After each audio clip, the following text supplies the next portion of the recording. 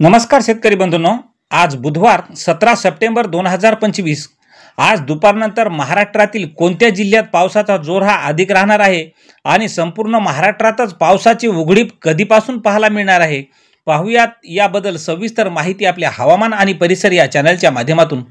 तर शेतकरी मित्रांनो, आज दुपारनंतर कोकणातील सिंधुदुर्ग, रत्नागिरी, रायगड तसेच मध्य महाराष्ट्रातील पुणे, अहिल्यानगर, सातारा, सांगली आणि सोलापूर या जिल्ह्यात काही ठिकाणी जोरदार पावसाचा अंदाज हवामान खात्याने दिलेला आहे। तर मराठवाड्यातील छत्रपती संभाजीनगर, जालना, परभणी, हिंगोली, नांदेड, लातूर, धाराशिव आणि बीड जिल्ह्यात काही ठिकाणी हलक्या ते मध्यम पावसाचा अंदाज हवामान खात्याने वर्तवलेला आहे। तर विदर्भातील अमरावती, नागपूर, चंद्रपूर या जिल्ह्यासह काही भागात मध्यम तर काही ठिकाणी जोरदार पावसाचा अंदाज आहे।